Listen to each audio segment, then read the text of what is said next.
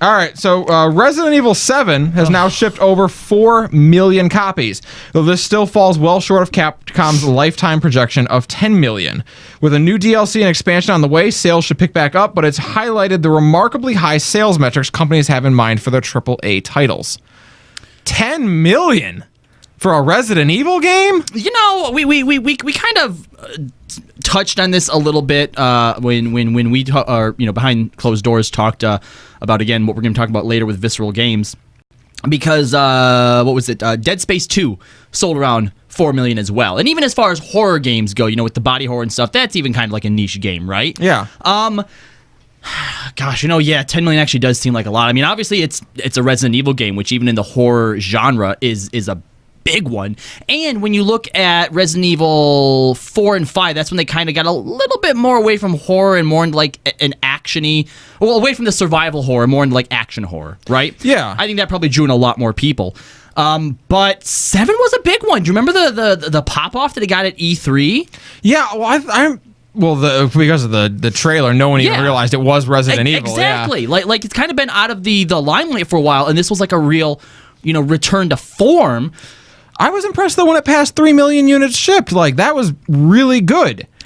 Has it been a year yet? It has been. Has it been a year? I bought it I think it's a year this month, isn't it? I bought it the week it came out, and I brought it to a meeting of Checkpoint. So it's been around a year. 4 million in a year. Yeah, no, it was first quarter that it released. Yeah, January 2017. Oh, okay, but still, so it's been about a year and a half, a little bit more. But still, if it's done 4 million and they're talking about 10 million lifetime, maybe You're not going to get 6 million more copies. No way. In the lifetime, even when they start putting out like greatest hit, do they even still do that stuff? Get the fuck out of here. Are you kidding me? There's no way. You have to double what you've already sold. You're not going to double that. Yeah. More than double. My prediction at this point would be 6 million for your lifetime. What about when they put it out on the Switch? Little kids can't play that shit. It's scary. They're going to have nightmares. Five Nights at Freddy's begs to differ. Yeah. Five Nights at Freddy's is a completely different animal from the fucking old guy who chases you down in the car. I mean, yeah. You know what I mean? Like, it is. I think younger people do play horror games. Like, nothing stopped me from playing Resident Evil 2. Right. So, I mean, younger people can play it. I just don't know that it's going to get you to 10 mil. Is the 10 million number just what they project, or is that what they need to turn a profit? That was Capcom's lifetime sales projection. Okay, so they don't necessarily need that to turn a profit, though. No, I'm sure the game is relatively close to profitable where it's at now, at 4 million. I would hope it's relatively close. But then again, they did a lot of marketing for that shit. They did? And that's kind of the main theme of our discussion today. So, Nate, I'm going to throw it back to you and let you take us into that. So, EA has shut down Visceral Studios. They have. Which, if you don't know, Visceral Studios was the studio that made Dead Space and all of the subsequent sequels. Mm-hmm. They were working on a Star Wars project spearheaded by Amy Hennig, of course, who we talked about earlier of Legacy of Kain and Uncharted. The project was Ragtag. Fame. Right. The project was known as Ragtag, and apparently the assets from that game have all been shifted over to Worldwide, again, who we talked about over the course of the show, who has a huge stable of talent at their disposal to be able to kind of farm this game out to. And so I'm confident that we'll end up seeing, what happens, with the project. But Amy Hennig's future with EA uncertain, whether or not she's going to end up following the Ragtag project or whether or not she's going to take a different opportunity elsewhere. Fingers crossed. Yeah, certainly Crystal Dynamics seems to be kind of hinting at something in the works, maybe. Yeah. That definitely remains to be seen. But I think this decision has definitely been a divisive one. Very. There have been a lot of people who are really upset at the way that EA handled Visceral. Like Penny Arcade. Penny Arcade is one of them. And the thing is that it does sort of feel like when you look at some of these sales projections and sales expectations, how could you even possibly meet some of those? You know what I mean? One of the developers who worked on Dead Space 2 actually came out talking about that, saying like, listen, we moved 4 million copies and we did not turn a profit. Because not only was our budget $60 million, but the marketing costed $60 million. Right. Which to me highlights just, first of all, a big problem with how your games are being funded. $60 million in marketing? Are you fucking kidding me? Well, I think that this really exposes one of the big problems with AAA development, especially when it doesn't go very well. Because, a lot of times we sit here and we, of course, when, performance matters and the SAG-AFTRA conflict was at its height. We talked about how voice actors were seeking residuals after a certain point that a game becomes successful. 2 million. At 2 million units. 2 million units moved, yeah. Well, but I think that presents a lot of problems because even at 4 million, they're still not in the red. They're still in the black. Exactly. In the red. Rather. In the red, yeah. right. And we see now the same thing with Resident Evil 7 as well. So the sales projections, I think, definitely have to be reined in, but that also means that the budgets, not just for game development projects, but also for, as you had brought up, marketing will also have to shrink. And I think that, when you shrink both of those things, you will start seeing diminishing returns on how many people buy your product. So it is a difficult catch-22 that a lot of video game companies find themselves in, trying to balance their budget and sales expectations. And I don't know that there's necessarily a good answer for this, because I think that this is really the way that AAA game studios have sort of worked, that this is what they've worked themselves into. Well, there's not a logical or smart answer for it, because I think we as the consumers just look at it and we're like, look, if you make a good fucking game, it will sell, right? But of course, their bottom line is they don't necessarily think about, oh, well, let's make a good game so it can sell. They want to sell on pre-orders, right? Like they want to reach certain numbers by whatever markets. And the way to do that, in their eyes, is 60 million in advertising, which is ridiculous, especially considering, like, obviously, Dead Space was coming out. I knew that, okay? But I myself don't feel like I saw 60 million worth of advertising, and if that was all just TV spots, another thing that they need to do, if you don't want to spend as much in marketing, maybe get a little bit more creative with your fucking marketing. Well, that's the thing, though. They weren't marketing to you because, like you said, you knew Dead Space was coming out. Yeah. To Joe Schmo, who plays the Halo, like, he doesn't know what a Dead Space is. Well, but if he sees, there's space and there's aliens and there's dead people, I might play that. But look at the way that we've picked apart a lot of the FF14 Stormblood marketing decisions, right? That's like a completely different thing. That's because we're so tuned into that game, right? Mm-hmm. Like, if it's a game that we're less tuned into, Destiny 2 did something very similar with Pop-Tarts. We did not spend a whole lot of time bemoaning that, mostly because none of us are really that emotionally attached to Destiny 2 as a game. We notice it more with FF14 because that's a game that we're very invested in. I did see that Pop-Tart ad. I was like, oh, Pop-Tarts, I'm going to buy this. I was like, oh, there's a person on here. I'm going to look at this. Oh, it's for Destiny 2. And then I just threw it in my cart. But I'm just, my point is that I think that there's a lot of that stupid schlocky marketing that, as Chris had pointed out, and is actually a pretty good point, it's not aimed at us. Okay, because we already know. And again, when you consider, when we criticize things like the Stormblood marketing, we already know about the game. We already have context for it, and so when we look at that, we're trying to see, like, through the lens of, like, if someone wasn't playing that and they came across a Mrs. Freshly's packet, package. But like, still, would that make them try the game? Would that make them buy it? Or if they saw a billboard, would that make them buy it? I think those are valid questions to ask. But but it's still not an excuse to be lazy about it, though, because clever marketing can still work, regardless of if you already know about it or not, or aren't plugged into it. Let's go back to Destiny 2, right? You obviously knew about Destiny 2, but when you saw the way that there was that where the noodle shop got destroyed, you had Nathan Fillion voicing Cade 6, whatever his name is, right? Yeah. The sort of overall tone and character of that got you interested in Destiny 2, right? So even something you don't have to go balls to the walls like Blizzard does and put up 12-foot statues of your Overwatch action figures in major cities around the world, but get a little bit more creative than just, all right, let's spend $60 million to put a 30 or 60 second Dead Space trailer on major television. Well, and we can't really rewind the clock to really be able to tell what the marketing around Dead Space 2 was. We kind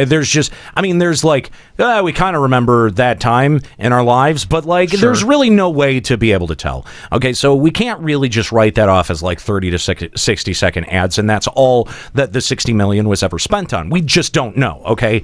But I do think that questioning the overall budget for something like Dead Space 2, spending $60 million on their marketing, I think that is valid. I think that is a perfectly valid question to as much ask. in marketing as it took to make the game itself. But that's actually not that uncommon. Many movies function on a similar budget. The amount of money they get spent on marketing is frequently as much or more than what the movie cost to make. Okay, but movies aren't floundering in the same way that the AAA video game industry is, are they?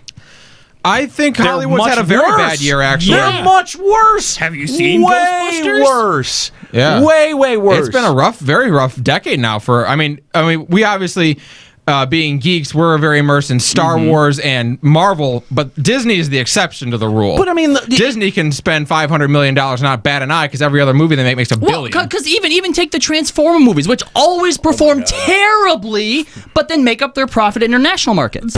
Dude. Okay, you can't really judge the overall quality of Hollywood or movies by the largest franchises or the largest budget films. Well, we're talking about AAA blockbusters, though. Dude, you have to look at the way that smaller budget and the way that smaller movies are performing, because they're not. They've moved away from even releasing those types of movies in theaters at all, and just chose to go the Netflix route. That seems like the reverse problem then. The video game movie has AAA games that are floundering, but indie games are doing well. And then when you look at the movie industry, the blockbusters are doing fine, but the more independent, smaller the movies. blockbusters are actually not doing fine, but the thing is that the people who are making the blockbusters have infinite money to throw at them. Well, that's the difference. Most, you have your typical, superhero movie or your typical Star Wars movie. Those do very well, but then you look at things like you mentioned Ghostbusters. Yeah. What a flop! That didn't even make back half of what it made. Right. There was earlier this year the one with Charlize Theron. Atomic Blonde. Right. Such a great movie. It was a great movie, but it just didn't do well. Baby Driver, as much as I think it's one of the best movies I've ever seen, didn't do that well. Didn't do well. Yeah, it's those kinds of movies that are it's one step below the Marvel Disney exactly. blockbuster. Those are sort of the more accurate bellwether about how people are consuming movies at the end of the day. Because again, movies are not a ad-driven business. Movies are a one-to-one. They've got to sell tickets. They've got to put butts in seats.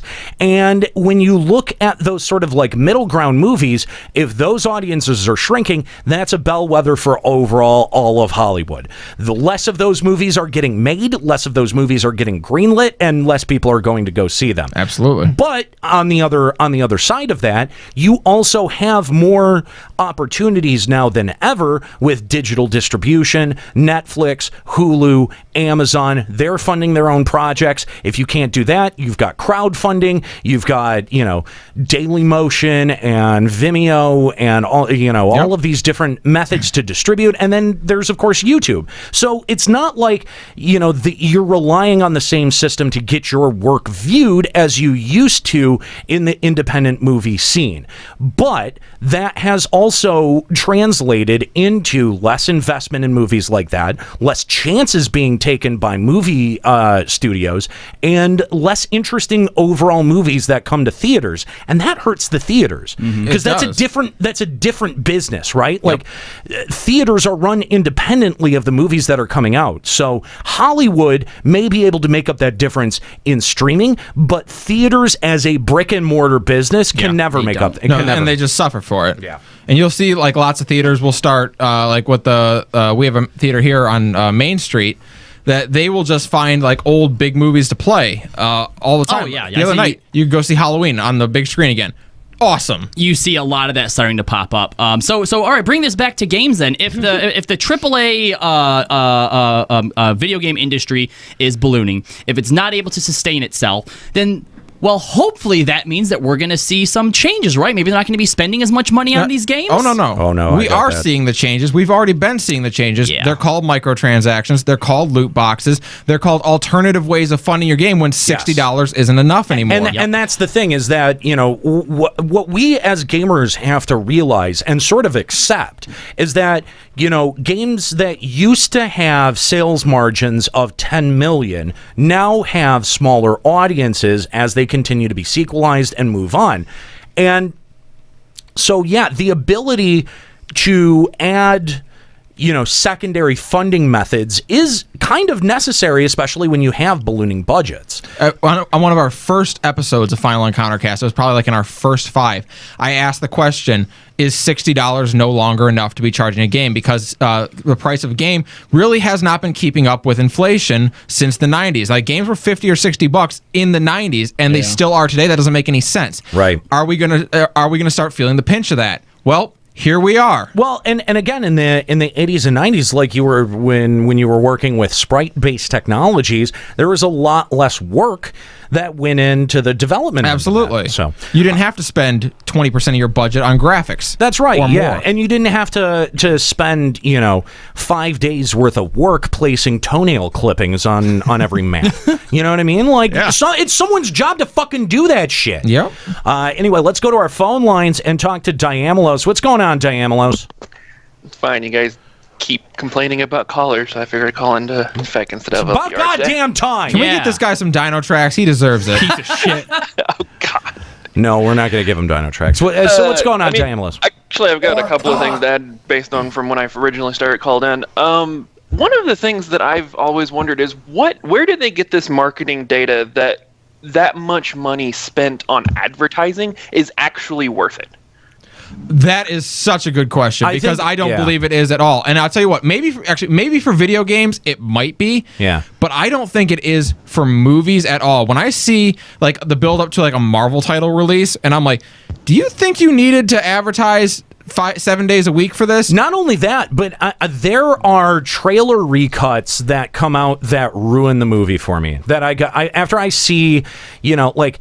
Mother was one of those. Oh God! Yeah. Where I saw the first trailer and I was like, I am so down for this. Hey, another fiscal flop. I saw the second trailer and I went like, what is this? Some weird like version of a horror movie? What? And then I learned Darren Aronofsky was the one who made it. The first trailer made a whole lot more sense, and then the second trailer actually made a whole lot more sense because no studio in the history of time has ever been able to figure out how to market a fucking Darren Aronofsky movie. That's not even a problem that Aronofsky has. I mean, recently the newest Kingsman movie, right in the trailer, spoils that one character isn't dead, and the director came right out and he's like, that was supposed to be like the big fucking pull. Nobody should have known about that till the movie, and he's like, going forward from now on in all my contracts, I'm making the fucking trailers. Dude, and the thing is, one of the things that David Lynch has always said is really critical about his career is that his contract ever since Dune has always assured him final cut.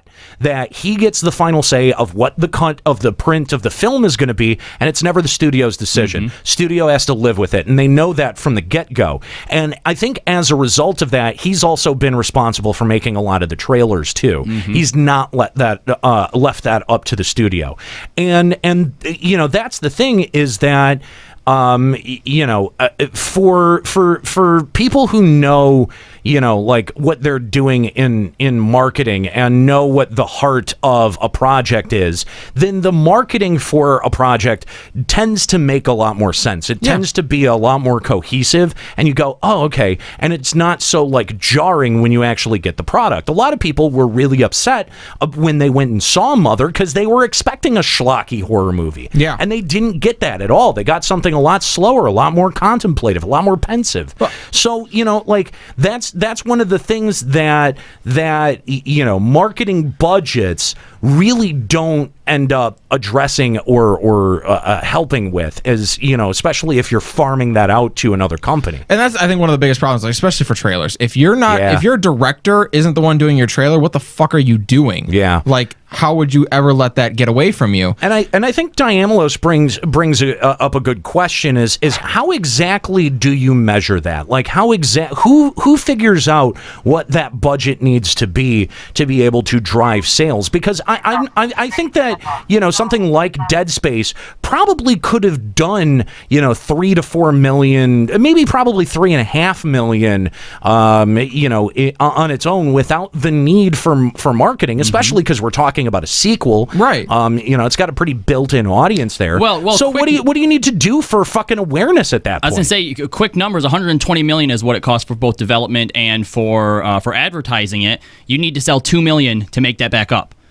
They sold 4 million. Well, 2 million if you get all of it. They don't get all $60. Fair. Right. The retailer takes a cut of it, and your people that you've licensed stuff out to, they take a cut of it. Right. Yeah. They probably, typical. Their margins were probably more along. They said they needed 10, or at least in the case of Resident Evil, they said they needed 10. Yeah, typical production is 50%. So they needed to sell 4 million units to break even if they're running on typical numbers. And another distinction that we need to make between the video game and the movie industry is that movies have the ability to have a second life once they are out of theaters and they either go to DVD or streaming. That's right? true too. And there's no ongoing cost associated with keeping them up. Right, exactly. Well, there is, but there's a low one.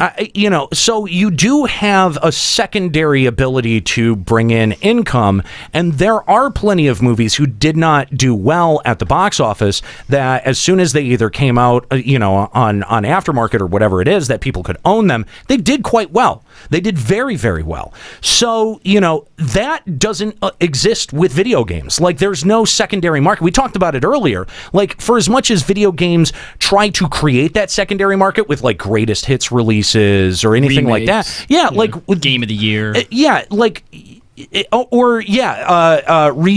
Remakes. Like, they actually have to do something to it, right? Like, they've either got to, up-res some of the models or update some of the textures. Like, there's got to be something to it so that it qualifies for the HD tag, right? So I think that when we look at the way that video games and movies both spend and make money, I think that has to be a consideration, because video games have one chance to get it right. They've basically got one chance to make that impression. If they fail at that, then the entire project fails. It's done, yeah. Yeah. Unless you're Final Fantasy 14. In which case you have to fail twice. I think that's the only exception that I can think of. And that's why it was such a big deal. Yeah. Because it never happened before. Yeah. Diamelos, what do you think, like, if it were up to you, what would you do about ballooning marketing budgets around games? Because from my perspective, I don't watch TV. And I also run an ad blocker on my web browser, so I don't usually see ads in most of the sites I go to. Advertisement to our generation, I would say, is actually less impactful as it has been in the past when it comes to, the 90s games. I don't remember seeing any commercials for many the only commercial I can remember is the 90s. I'm sorry to interrupt you. Can you stop flipping whatever book or papers you're flipping and sit still and stop banging that's stuff? Kooky. That's kooky. If mic's still open. Kooky. Kooky, listen. You can stop being a chef in the background. Like, we appreciate it, but it's not necessary. It's not helpful for the show. Anyway, I mean, I agree with you in theory, Diamelos, that, I don't watch a lot of TV either. I think, if all of that 60 million was based on TV spots, that would be probably not the greatest use. But the thing is that, some of that goes towards buying internet banners and, running ads on Twitch. YouTube and Twitch and things like that. Like, we're starting to see a variety of places that games feel comfortable to market. For as you guys had said, or as Diamelos had said, I didn't see a whole lot of TV commercials for games in the 80s and 90s. No. Where you saw the bulk of the advertising was in things Toys like R Us. Game Pro. Oh. Yeah, Nintendo Power. Nintendo Power. Yeah, because when I would see a video game on TV, That's like it was a big deal. Yeah. I remember seeing the FF10 on TV for the first time, like when we were sitting down as a family watching TV and being like, "Wow, the new Final Fantasy's on TV. That's so cool." I do. Yeah, the first couple of times, I think it was like Halo 2 had some advertising. Yep. When I saw advertising for that game, I was like, Hang on, I remember Halo 1. I actually no. I remember right the exact era when this happened, because it was between 1 week and another week where the EBX in my mall, by the way, EBX, not GameStop, not EB Games, EBX, yeah. They had gotten a TV and put it in the glass display as you're walking by, and they started running trailers and commercials, and my mind was fucking blown, because I was like, oh my god, there's there's video for this kind of stuff, right? And it was like a VCR tape that they looped, right? Like it was just okay. it was just like a repeating. It was that long ago, right? Old CRT TV as well, so and the first one that I remember seeing, because the first time that I ever saw it, I swear to God, I sat there and I watched it for 10 minutes. Little 10-year-old me just looking up going, oh, I want that, and I want that, and I want that, and I want those, and I want that. And I just fucking annoyed my parents for 15 minutes sitting there watching the entire video twice. They were probably so happy when you went punk and you didn't want anything. No, they weren't. Believe me. Trust me.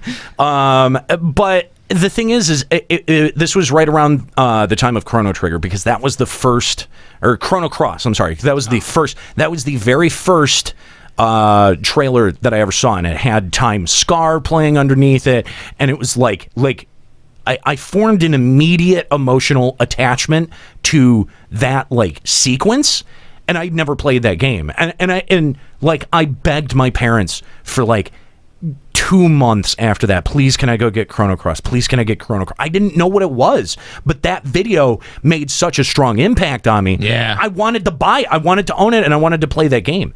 And so yeah, I do think the way that video game companies have marketed their games over time has shifted and changed, and now there's more options than ever. I was gonna say, a perfect example. Do you remember how geeked out we all were for the Evil Within 2 when the cinematic trailer premiered at E3? Yeah. And then you and I just saw one, I think, on Twitch the other day, and you go, I so don't give a fuck about this game, because it was showing actual gameplay, and it was just generic third person over the shoulder. It looked like The Last of Us 3. You know what I mean? Yeah.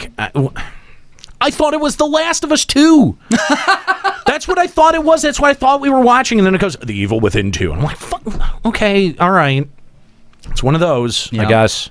Yeah, I remember old advertising for games, and you're kind of right, because outside of those first few games that had maybe a trailer or a spot that you'd see rarely, right? You only really had magazines, and that media is dead. Oh yeah, you want to talk about a media that's gone. Over. No one's pulling out their Nintendo Power to figure out what their Christmas wish list is, like I did almost every year. No one's pulling out their Nintendo Power to be able to figure out what the fucking Game Genie codes for a game are. You know what I mean? Yeah, that's true. Whoa! Nintendo Power did not publish that sacrilegious piece of hardware codes for Game Genie. Fake #fake gamer. Am I right? You're okay. Right. Thank you, guy. Anyway, I like that. That's the one audible thing he's said all show. You're welcome. At least he didn't whisper it. Yeah, that's my point. Anyway, watching a VHS, I guess there would be a 5-minute downtime to rewind. I was gonna say, you realize that was someone's responsibility. Yeah, right. Like someone Oh, my at God. that EB Games got yelled at by their manager on several occasions because they didn't realize the tape was done and they had to rewind it. oh no, I think it was on one of those like automatic VCRs that rewound it for you. Oh, nice. Oh. Okay, fair. They then. were ritzy. Technology. They even had ones that it was it had a small digital processor in it, so it would actually like it would take a minute before it would start displaying any video, but it would run the video out of sync for a minute so that it could rewind the whole thing and start from the beginning seamlessly. Damn. Yeah, we had a couple of those in my high school video production department.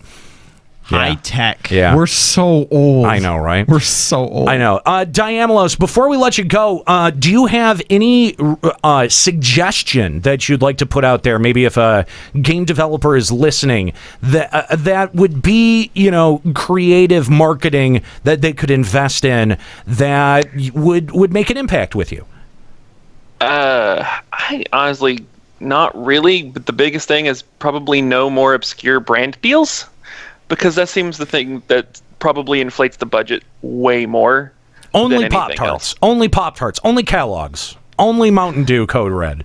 Mrs. Freshley's. Doritos. That's I've right. never bought a game because it was on a cereal box or something. Yeah. That by the way, and actually, there's a lot of studies, especially like as for like millennials, how they Yeah. don't give a shit about any of that It's stuff true. anymore. Like sponsorships, Yep. are worth less now than they've ever been because the upcoming demographic does not care. The only way that you're getting me to buy something is if it has like a code I can put in to like For get a free loot stuff or box? something. Yeah. Oh my gosh, that'd be Yeah. so good. That's the only way. That's the only way. God. And Anyway- even then, it's still got to be something that I would have bought normally anyhow. Anyway, Diamelos, thanks so much for the call. We've got about 8 minutes left here in the program if you want to make a last-minute call. Final Encountercast on Skype, 810-207-1764. I'm going to put out a piece of marketing that, clever, creative marketing that I think would be really effective, that I've never seen a game company invest in, but I think would be very valuable, very viral, and might actually help expose people to, like maybe a new IP. Okay. Right? Because Don't say podcast. Yeah, I was gonna say don't say radio. because an IP, I think, is the most difficult thing. A new IP is, I think, the most difficult thing to market, right? Absolutely. You have to be like, if it's not good, then what's the point? Well, right? and not only that, but, we've talked about this before, that gamers feel a lot of times you've got to earn the right to ask for that secondary piece of funding, right? Oh, you sure do. For the DLC to be acceptable, right? When people saw it for Watch Dogs, they kind of rejected it out of hand because they were like, this game hasn't earned it yet. And that's pretty fair. I think as consumers, we get the right to make that decision. And if you think about it, how often do you really praise a game that isn't an already well-established IP? Exactly. So I'm going to toss out a suggestion for a creative way to market your game that I've never seen anyone do, but I think that, we could help with something like this.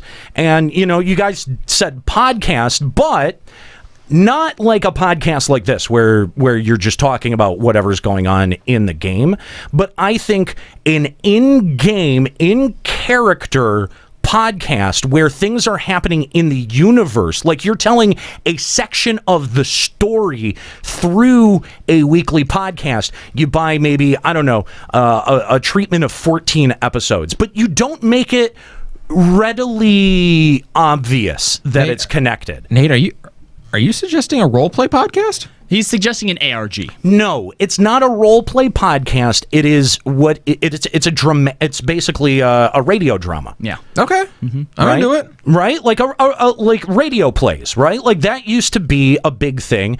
If people listen to stuff like Welcome to the Night Vale, this is something that they're very good at. Not Serial, but there was another one that I was listening to. Something Town, not Harmontown, but it was something. If you Town. do it well though, and you put it out and it catches Limetown, on, that's what it is. Limetown. yeah, people are then gonna want to know, like if it's good, right? If it's good, obviously, then it's gonna hook people in and make them want to play the game too. It's kind of it's in the same realm as when the new Spider-Man was coming out. You could actually go to the Daily Bugle's website and like, read all these different stories. It is viral marketing, and I mean, and we, you know, Those are the best kind. The Halo has done viral marketing before. It's just actually Halo. I Love Bees. Does anyone remember I Love Bees? I Love Bees, yeah. You would go to the site and it looked like it was a blog about beekeeping, except you needed to stay on the page for like 3 minutes, and then it looked like the page was being hacked in real time. Yep. Do you guys remember this? No, I'd forgotten all. I remember, like, now that you mention it, like, oh yeah, but I completely forgotten about that. But it was very effective, and I think I really do think that if you wanted to tell maybe the story of the run up to what was happening in game, that if you presented it right, that could be a really good viral way to get some marketing around. And if you want to talk about the way that millennials consume stuff when it comes to like viral sharing and stuff, that's how you get us. Show us some dank memes.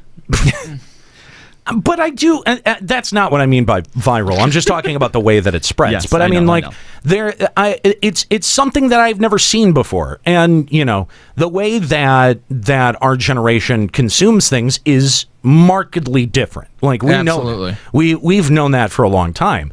So I think that is at least trying something that might be more successful long term than just putting your fucking logo on a Mrs. Freshly's package, No, dude, every time I hear that, I think like that has to be made up. But no, we lived it. Him and I ate it. Actually, you ate it. Here's one of the problems though, Nate, because you have to be careful with how much you sink into that. Because if you go and make yourself a movie in an anime series, then the game sucks. You turn to FF15. That is true. I mean, the extension of that is sort of like what FF15 tried to do. Right. Except, like, I don't know that seems like a much douchier way to go. But like, we have an anime. All right, shut up. And a movie. Shut up. Check dork. this stuff out before we even played the game. And then the game is shit. All right, well, that's going to do it here for Final Encountercast today. Thank you guys for joining us. We appreciate having you along. You can join us every Sunday, starting at 1 p.m. here at twitch.tv/Limit Break Radio. Stay tuned. The latest episode of Limit Break Radio is coming to you live at 4 p.m., followed tonight by the latest episode of Checkpoint Radio. Get it before you can stream it over at checkpointradio.com or mixcloud.com/checkpointradio. Stay tuned after 7 o'clock tonight. Also, if you haven't yet, check out the Checkpoint Radio podcast. This week, we do an homage to the YouTube show Hot Ones. And let me tell you, we ate some really, really good hot sauce. Yeah, it was delicious on that episode.